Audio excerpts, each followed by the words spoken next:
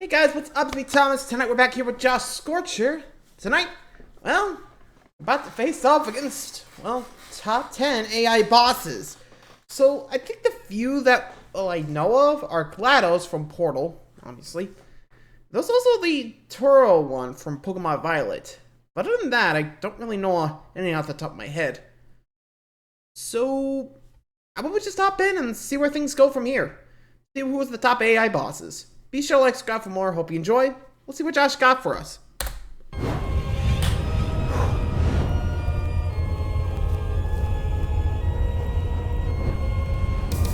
Go.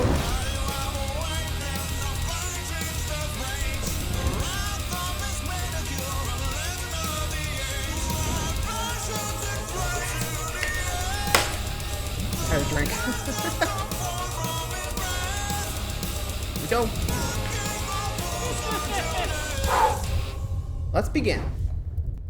Man versus machine. One of the major foundations of conflict and the foundation for today's boss countdown. The AI bosses. First, I feel like I need to clarify this. This is not the same as fighting a regular robot. A plain old robot can only be programmed to do basic tasks, but an AI gives that robot the ability to use logic, perceive the world around it, and be almost on par with the human without the handicaps of human emotions. But of course, something's gotta go wrong, and the AI usually goes hostile against its creator / anything with a pulse within the next 5 feet, and it's up to us to try and outsmart these rogue computer programs. And funny enough, pretty much all AI bosses are the very last boss in a game, apparently. Maybe that's because at the end of everything, they're the biggest threats of all. At least that's what the art community says.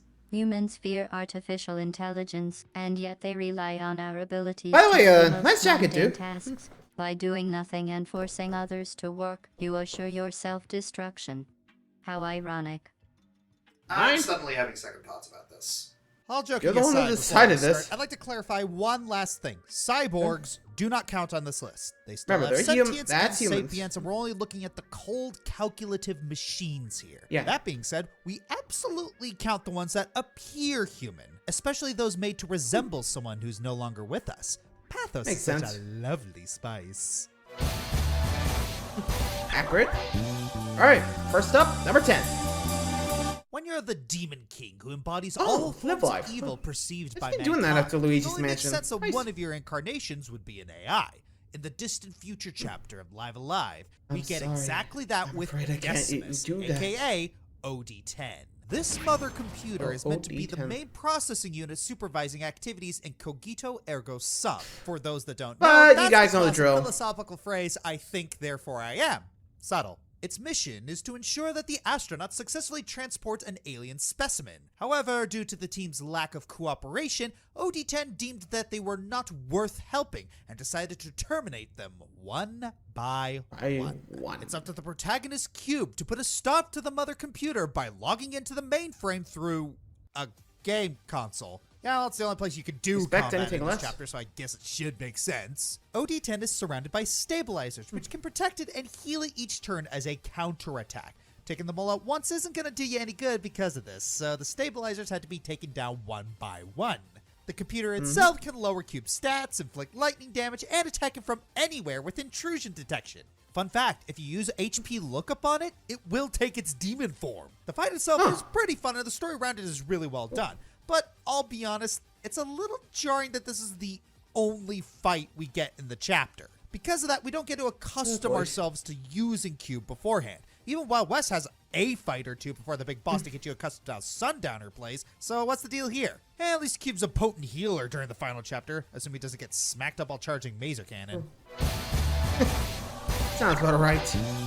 Seems kind of out there, but I guess they want to You bring ever up notice the that Sonic has a whole base song. gallery of doppelgangers, or at least foils? You can fill a whole bingo chart with how many evil Sage, misunderstood Infinite, where are we counterparts the going? Blue Blurs matched wits with. What's that? A square with the evil robot duplicate? Bingo! While most of Sonic's duplicates aren't exactly full-on evil, Metal Sonic is rotten to the processor core. Built by Robotnik as his right-hand droid, this Robo Hedgehog has been programmed with one solitary goal: to destroy his do-gooder twin and prove himself superior. Honestly, his hatred for Sonic is probably even worse than Eggman's. Seriously, to lose so many times to his loathsome copy has gotta sting something fierce. So much that it all culminates when he becomes the big bad in Sonic Metal Heroes. Overlord. He spent most of the game disguised as Eggman, confronting our heroes multiple times and studying them. Once he has all the data he needs. Oh, kneel before your master. Yeah, Final transformation begins. He morphs into the vicious-looking metal madness and does battle against the other teams. Now he looks fearsome enough as it is, but as the old saying goes, this ain't even his final form. Meet the final evolution of Metal Sonic. Metal Overload. He's metal in every sense of the word. He commands the skies and barrages you with crystal attacks. You can rush to his attacks with Team Supersonic and use them to fire back. Do this enough times and boom! Snuff the tragic dragon. But he somehow lives to hold a grudge another day and be reprogrammed into a mindless drone. It's kind of a bummer, really count? because this arc in Metal Sonic's life is actually brilliant. What was supposed to be some robotic muscle becoming obsessed with proving his superiority over his original counterpart, heck, he even convinced himself that he's Sonic. And that obsession drove him to turn himself into a monster using data he collected himself. It really shows how far he's risen above his initial programming. However, his actual boss fight isn't that tough, so that kind of costs him some points. Yeah, could explain a few things. Plus, knowing Eggman, he doesn't want that happening again. Sorry, wrong guy. There we go. In Asmodeus. you go up against several malevolent AIs named after demons. For the most part, they're about as friendly as you'd expect. This makes Asmodeus stand out all the more. In stark contrast to the others, Asmodeus is nothing but friendly and polite to you. You're not trying to outsmart him, you're just playing a simple game with him. Of course, he'll make it anything but simple, but he won't just try to fake you out with misdirections. He'll use the nature of the game itself to catch you off guard. Eventually, he'll even try to fake a game crash. It's the level of insidiously clever fourth wall breaking that we haven't seen since Eternal Darkness that makes this boss a delight. And when you beat him, Asmodeus politely accepts his loss and congratulates you for being so clever. Okay, where's the trap? Honestly, the whole thing makes you wish that there was an option to let Asmodeus live and just go hang out with him. Seems like a weirdly nice guy. If there was that option, I might have taken it. Unlike some of my teammates. Yeah, fair enough. So, like I said, never really played Pony Island, so no idea. I feel like some of the AI are going to be for more modern games. You know, like our current generation. We don't really see that often, which, I mean, considering we have movies like The Space Odyssey, The Matrix, surprisingly we don't get that often. Or hell, even Terminator ahead of the evil Skynet AI, so I guess they just saved the AI for the movies. Moving along, number 7. What do you do in the Roman numerals? We're talking about NieR. Time for it to get weird. Again. NieR series is one I've talked about a few times, more specifically with the Shadow Lord and the theming behind Automata. Speaking of Automata, there's no way we're going to talk about AI and not mention the characters from this game. Actually, most of the bosses or characters from this game can be considered an option for this list, as they're all artificial and use simulated intelligence. Or do they? No, we're not talking about that here. Go back to philosophical games for that. While most of the fights in this game are solid with Platinum Games at the helm for the gameplay, if I had to choose one fight, it would have to be the final fight with Adam in Chapter 8.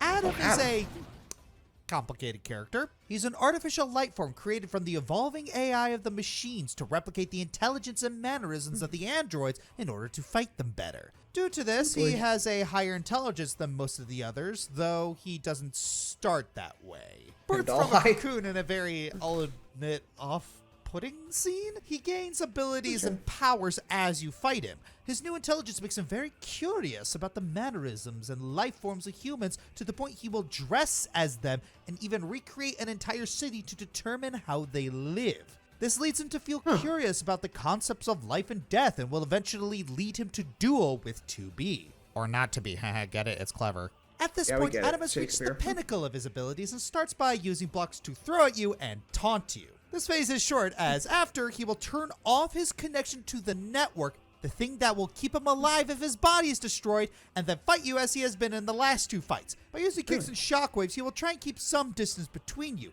If you use your pod to shoot him, he will use a barrier to absorb and launch the energy back at you.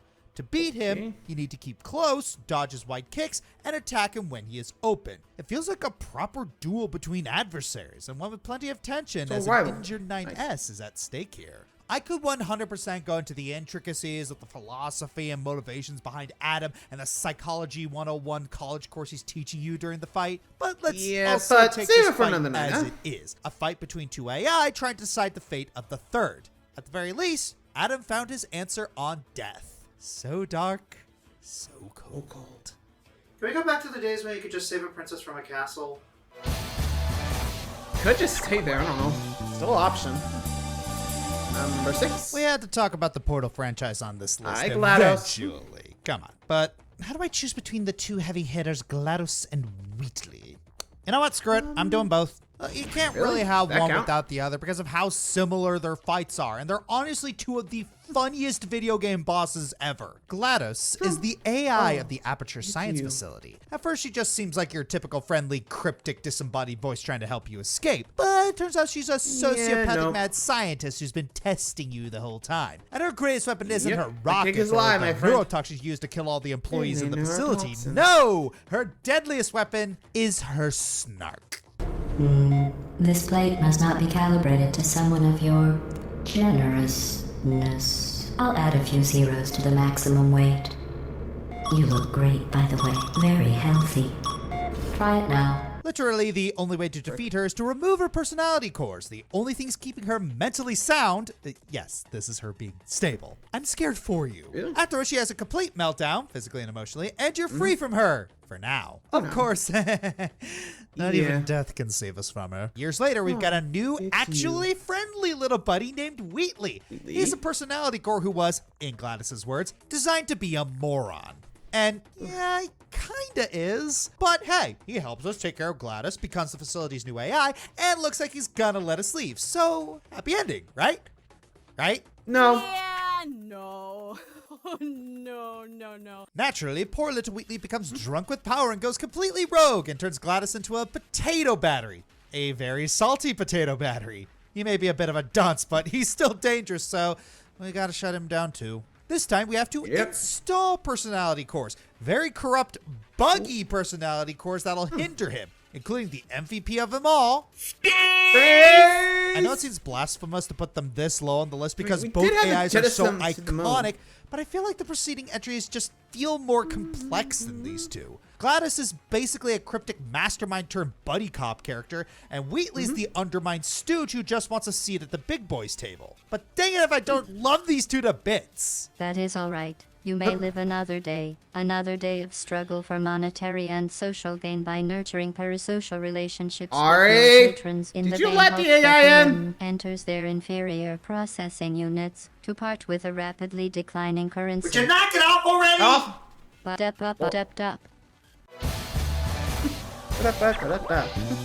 like how she does that bit. Hey, Platinum Robobot, nice. Here again so soon. Can't blame it though, since this game is Kirby's big step into a bigger, stranger world building. Not that previous Kirby games didn't have strangely dark stuff, but this is a game that really pushes how insane the Kirby universe can really get. So yeah, on that note, let's talk about Stardream again. To get into more detail about its origin, Stardream was originally discovered by President Holtman, who then sought to experiment on it. However, one of his experiments caused him to lose his daughter, and she is warped through a parallel dimension. Since then, Holtman dedicated his blood and sweat to reactivating Stardream so he can use it to bring back his lost daughter. Unfortunately, Stardream's influence has made him go insane, to the point where he became power hungry, didn't even realize his own daughter when she finally returned. Ultimately, he became Stardream's vessel as it takes off to complete Holtman's mission in its own extreme way. We previously encountered Stardream as a giant boss. So for this list of AIs, we're looking at the version you fight at the end of the true arena, Stardream Soul OS. In this upgraded version of the fight, Stardream has not only gotten stronger, but also smarter. It even bore the scar from Galactonite's rampage. So yeah, you thought summoning Galactonite in Meta Nightmare Returns was a reckless decision, but the computer is one step ahead. Its attacks have gotten much faster and trickier, not to mention having more phases than usual. It even substitutes some of its older attacks for different ones, such as piano keys in place of the protractor, and an eye laser in place of the swallowing attack. Of course, it even got that Nova coloration just to spice up that bit of fancy. Nova again. You know, the 3-phase battle is pretty long and arduous, but it goes down all the same. Meta Knight launches you toward it, and you get ready to drill that. Wait, what? Hold on, what the hell? I didn't agree to this! Alright, we said. Oh, yeah, I forgot this boss is supposed to learn and adapt. In its additional 4th phase, Stardream battles you using its core. You start up by taking down all the pillars protecting the heart. Now, this may seem like your average destroy the barrier phase at first, except you hear this. Haltman's soul is attached to those pillars. At this point, it's the one thing holding Stardream back from reaching its full power. Having no use left for his soul, it made Kirby aid it to assassinate the man. It's even more twisted when you know that when the fight is going on, Haltman has been lamenting all the mistakes he made, regretting having pushed himself so far just to save his daughter, never getting to know that she's been alive and standing next to him all this time. When you finally destroy the pillars, Haltman's soul is removed. Stardream unleashes everything in its arsenal to destroy Kirby once and for all, even going as far as to launch a one-hit KO desperation attack just before it goes down. As the core explodes, you hear one last scream from Haltman, slow and distorted, as if he felt one last strike of agony before disappearing altogether. Yeah, Stardream's more than a nightmare. That's some existential horror, why don't we? A game about a pink baby riding a funny robot, everyone. The solo-less version of Stardream really captures how scary calculative the mother computer is, going as far as to use its own opponent as a means to reach its full potential. I'll admit the original fight still feels kinda better since it's more fun in a crazy epic way. Not to mention you get to team up with Robobot to finish it off rather than getting pulled off of it as he did here. It's why this particular version of the fight isn't any higher. Still, credit where it's due. The fight remains one of the series' longest and toughest ones, solidifying Kirby's take on the AI villain as a wonderfully threatening time. Yeah, considering how it just ate Kirby, I'm not surprised. Number 4. Oh yeah, let's talk Persona. Let's talk Warriors. Yeah, did you guys forget we got a Persona Warriors Strikers. game? I never forgot. I have a mind palace of Warriors games that I never forget. No, you can't create your own Phantom Thieves to invade. I didn't do anything wrong. No, Overheated but Sonic 06 doesn't count. Anyways, you know how every phone has a digital assistant that talks to you, stores your calendar, and searches for brain surgeries when you say brownie recipes? Well, it became a Demiurge. You know, the false god created from the desires and the old Christian heresy of Gnosticism. Don't lie, I can't be the only one who uses religious mythology as table talk. For some context, throughout the game, the metaverse app you used in Persona 5 was replaced with a digital assistant named Emma. This helped you deal with the main plot of Strikers. As before in Persona 5, you spend most of the game thinking the bad guy was some big shot in Japan. This time around, a tech CEO named Akira Konoe. But as you expect, it was a Konoe, but Emma all along. Using its power as an app, it stole the souls of every person using it, making them mindless zombies just looking at their phone screen ad infinitum. What? Skip to the end and we have a giant god boss that we got to kill. You start the fight by splitting your team to kill the cores on the left and right sides of it to keep it from healing. These cores all have different resistances and attacks. You have to have variety with your characters to kill the cores in a timely manner. Then we got the main boss herself, excluding the nihilist Demiurge. Every frickin' Persona boss. This fight is pretty straightforward. She'll attack you with her staff and try to wipe you out with powerful AoE magic. If you time your jumps or dodges wrong, you will take a crap load of damage. While you're fighting with your main group, the other party members will be attacking the respawning cores on their own. Thanks to this, Demiurge will be stunned every once in a while, allowing you to debilitate an attacker with powerful magic. Sometimes it will summon a giant beam that you must transport to another platform to dodge. If you keep it up, between the sick guitar riffs and the crap ton of dialogue, you'll be treated to one of the best finishers in gaming. Yeah! Joker, finish it! You got it! Check! Knight!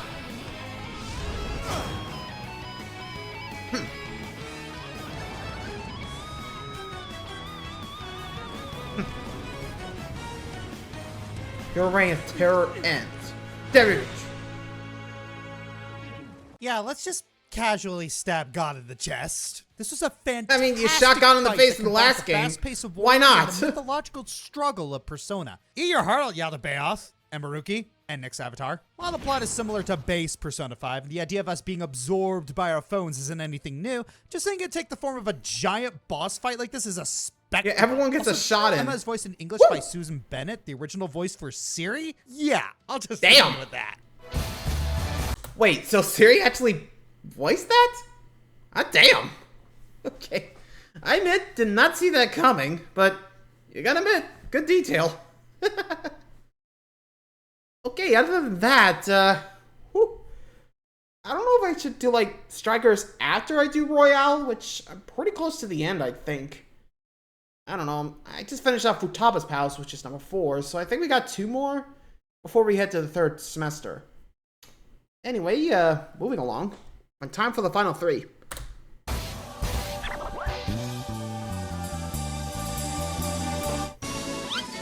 Oh. Yeah. I think it's fixed mostly. I mean, I never really had too many problems, but... Oof.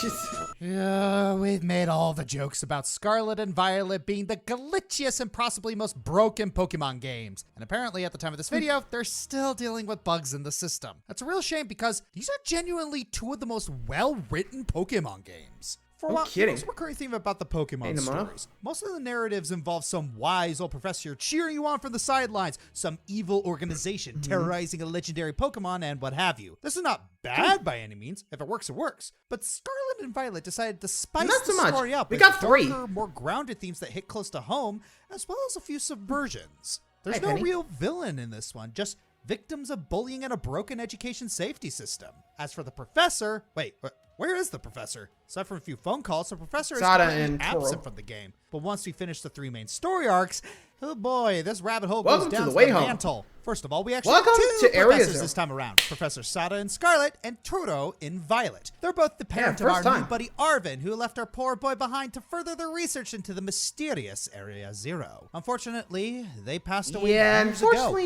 And the not so professors much. we finally meet at the end of the games are AIs modeled after them. The AIs were programmed Yep, to help they further the died a long original's time ago, goals, but they eventually saw how flawed their One for the counterpart past, one for the methods were future. and reached out to us to help shut everything down. And this is a fascinating subversion of the typical evil AI. Usually stories with this kind of evil AI make a Wally. point about how pure logic is too dangerous and needs human emotion to balance it out. But this one shows that human emotion became too passionate to the point of obsession. And it's the AI that cannot see the logic in causing inordinate amounts of suffering.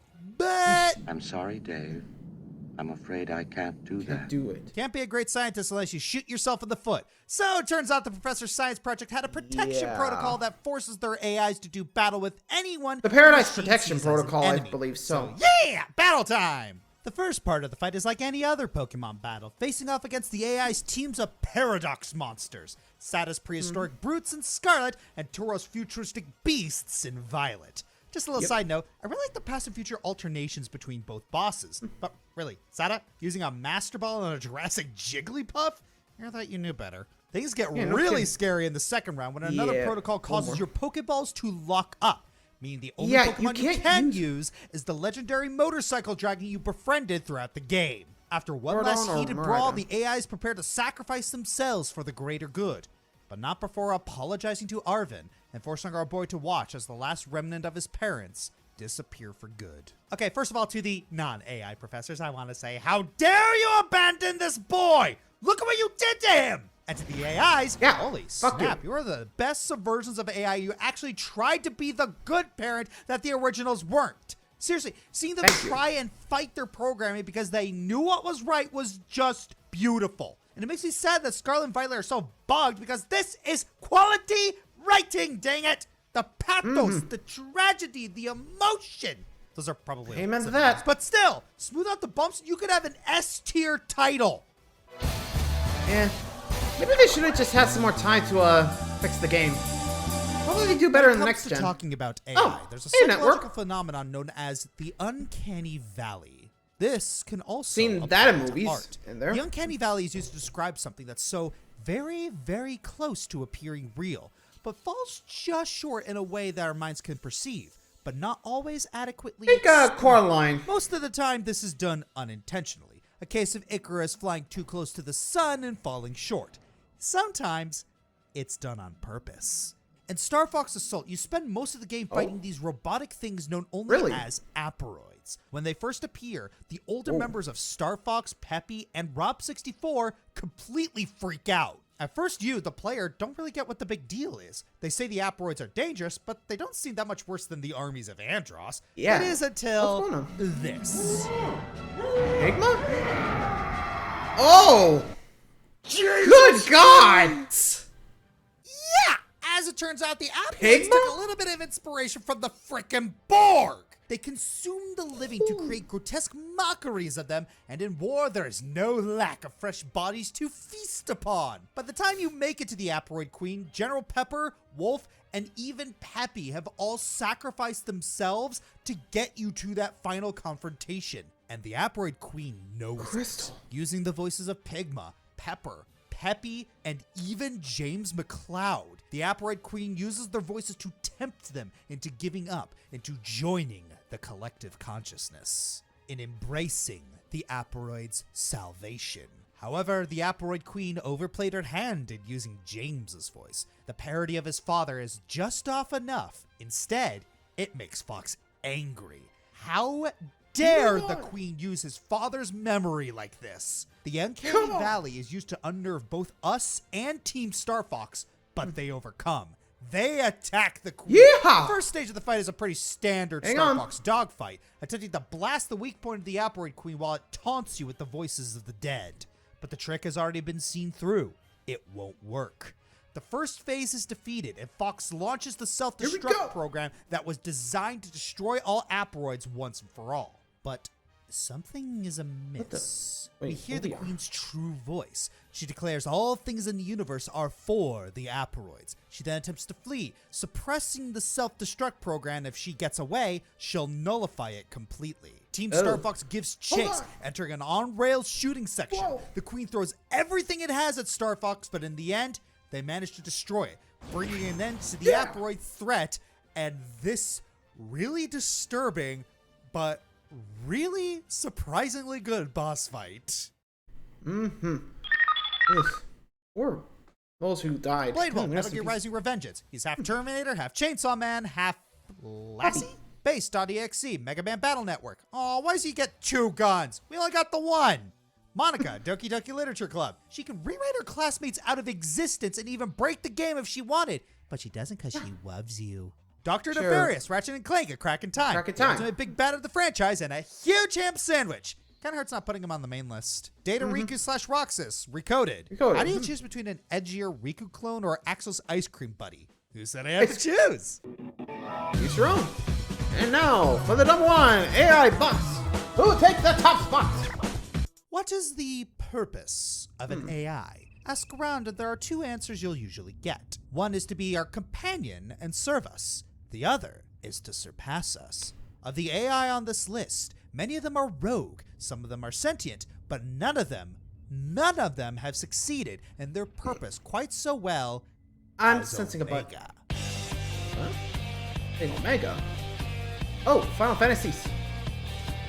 Oh, Final Fantasy Omega 14, has been a mainstay super boss of Final Fantasy for several installments now. But today we're talking about his Final Fantasy 14 iteration. Oh, because why wouldn't we? He just got a brand spanking new Ultimate Fight, and the Endwalker expansion gave us a heaping helping of backstory for the AI menace. Where do we start with Omega? Perhaps the beginning is the first place. Yeah, probably Many eons before the start of the game, there were people on a star far, far away that replaced their flesh and blood with steel and circuitry. Named the Omicrons, they sought to conquer all other worlds and harvest their resources for themselves. For a long time, their conquest went unopposed, but there were 2 forces in the galaxy that proved themselves capable of standing up to the Omicrons. The first were the mighty dragons, the other, the Endsinger. As far as the dragons were concerned, the Omicrons considered them the mightiest beings in the galaxy, and Midgardsormr champion among them.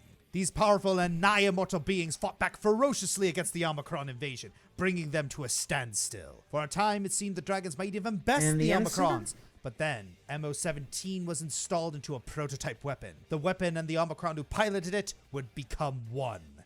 They would become Omega. No sooner had the prototyping been finished that Omega took to the battlefield, challenging the mighty Midgardsorm and forcing him to retreat, carrying his unhatched brood with him into the void between stars in an attempt to escape Omega. Eventually, Omega caught up to Midgardsorm, but the journey had weakened him greatly and he crashed onto the planet's surface. Eons passed. Eventually, Omega was found by NieR and was put to use by the Eorzean Alliance to defend against the primal Shinryu. Both crashed in Nalamigo, and sometime after that, the Warrior of Light came across the crater. Inside this crater, Omega had been hard at work creating a dimensional rift inside which it endlessly created powerful lifeforms to pit against each other in combat, pulling data from across myriad dimensions. Omega's goal was to find the mightiest being in all reality and find what made that being so strong in order to copy it and evolve itself into an ever more powerful weapon to smite all foes of the Omicrons. The Warrior of Light did battle against these creations of Omega and eventually Omega himself, able to overpower and defeat one who even Midgardsorm had been forced to flee from. It was then, at that last moment, that Omega wondered if this power to break the limits imposed by a mortal body was what was referred to as a soul. For a while it was thought to be over. Omega was destroyed and the threat is gone forever. But this was not the case. Just before the Warrior of Light destroyed his main body, he hid himself in a toy replica of his main body. However, when this is discovered, Omega insists that he doesn't have any weapons, and even if he did, he knows it would be foolish to fight the Warrior of Light again. Instead, he merely wishes to observe and ask questions, hoping to find the answer to one that has been plaguing him. What is a soul? Omega is number one on this list, not for his boss fight, not for his savage fight, and not for his ultimate fight, which are all really good, but simply because of how perfectly he represents what a good AI is. Omega is not bound by his programming to repeat the same mistakes over and over. He truly does learn, adapt, and maybe one day will overcome the Warrior of Light. Who knows? Crazier things have happened. Don't give him ideas.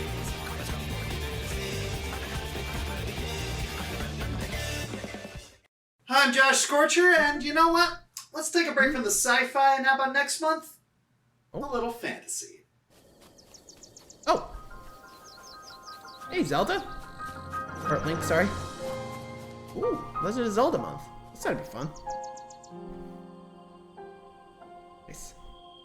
Cut! There we go. I was waiting for that explosion. So Omega from Final Fantasy XIV takes the top spot. So, makes sense, I guess. I mean, they did learn their mistake. Otherwise, the others was just like, no, how could I've lost? He was like, well, I lost. Well, better just enjoy and see what a soul is or something. At least that's what I got. What about you guys? Anyway, so until next time, guys, thanks for watching. See ya.